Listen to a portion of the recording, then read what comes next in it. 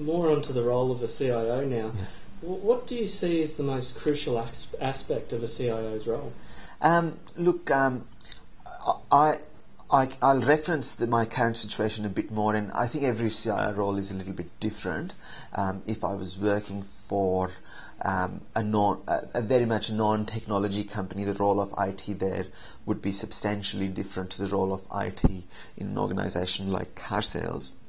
So from a car sales perspective, for technology companies, a CIO role I look at as a blend of business and technology. You need to really understand the technology to take good business decisions, and that's really the crux of what a CIO does in one line. Sure. And leadership is a very important component of the CIO job, making sure that good decisions are taken, and you see a future that is not the same as today because our world changes very, very quickly. Definitely. What do you enjoy most about being a CIO?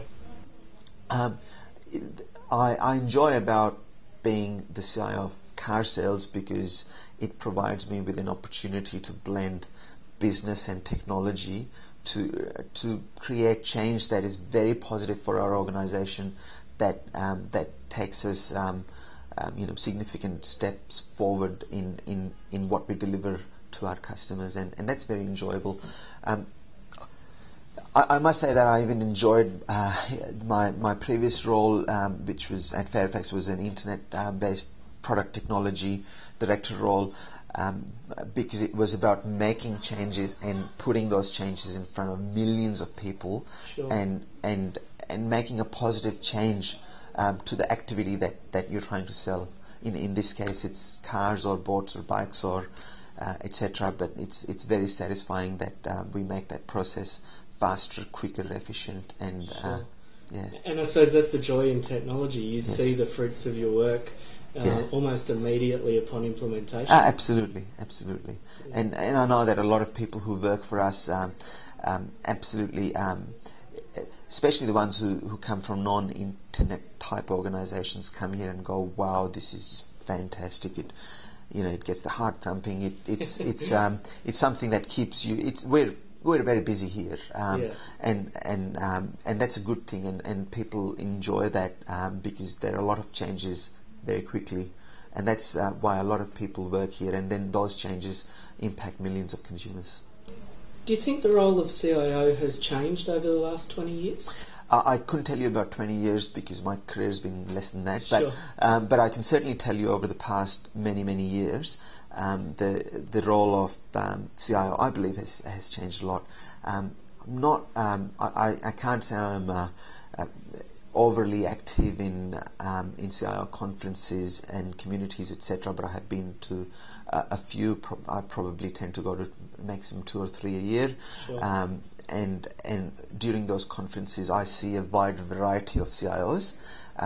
Many who can't talk or don't want to talk about anything more than networks and the different network protocols and etc. and the changes that have come in that sort of technology space.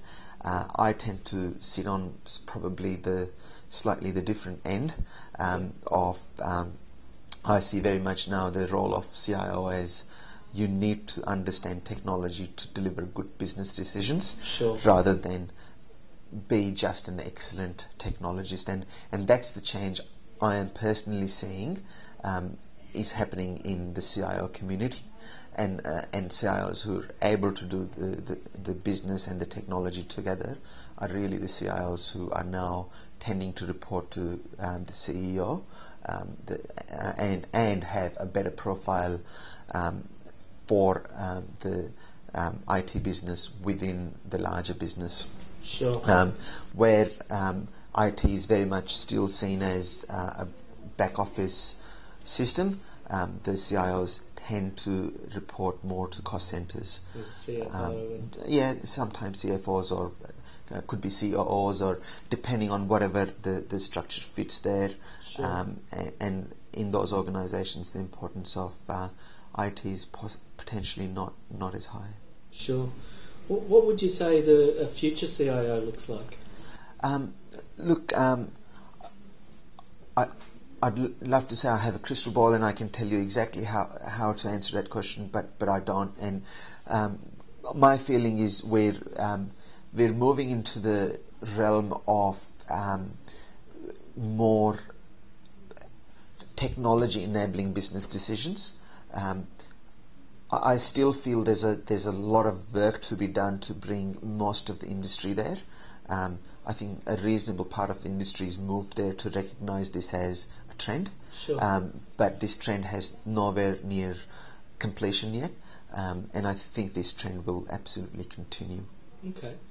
And then what piece of advice would you give someone aspiring to become a CIO?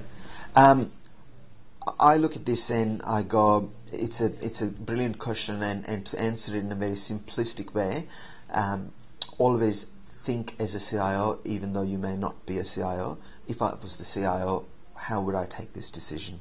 How would I make this change?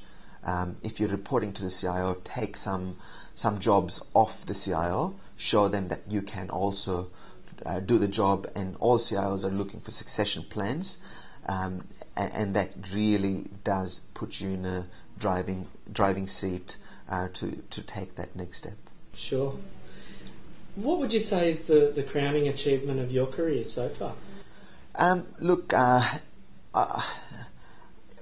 for me, it's simply. I'd love to say this is that one project that was fantastic for me, but I'm not going to answer the question in that way.